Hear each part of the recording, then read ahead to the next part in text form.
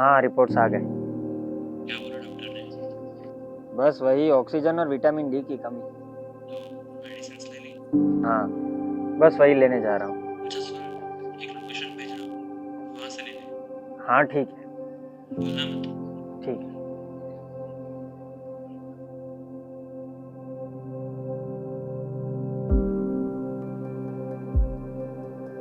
अब ये कौन सी जगह है भाई? और यहाँ पे कौन सा मेडिकल स्टोर है? चलो देख के आते हैं भाई।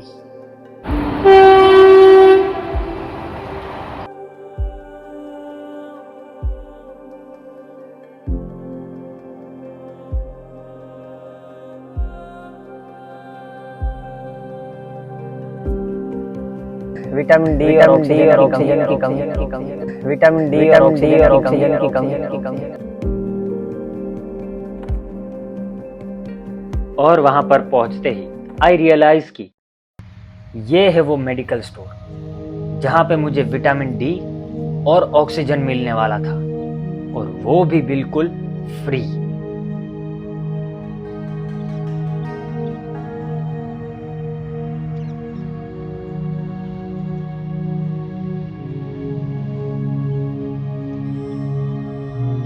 पानी से भीगे इस खेत चलते हुए ऐसा लग रहा था मानो कि धरती के स्पर्श को महसूस कर रहा हूं मैं, उसके दिल की धड़कन सुन रहा हूं मैं।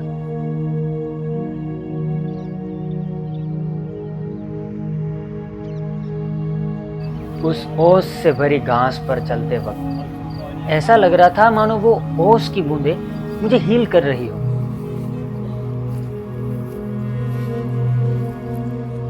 बहते पानी में पांव रख के मैंने अपने आप को बस नेचर के हवाले कर दिया।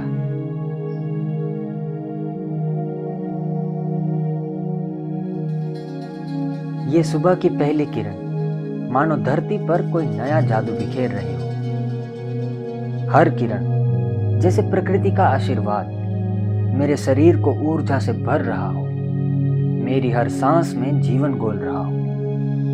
विटामिन डी का ये उपहार सिर्फ मेरी हड्डियों को ही नहीं, मेरे वजूद को भी मजबूत कर रहा हो। और ये हैं इस मेडिकल स्टोर के मालिक, जिन्होंने ना सिर्फ हमें घूमने की परमिशन दी, लेकिन अपने घर पे भी इनवाइट किया।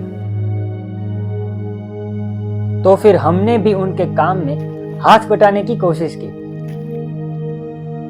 और इस बहते पानी की ठंडक मेरे पैरों को ही नहीं, मानो मेरे मन को छू रही हो।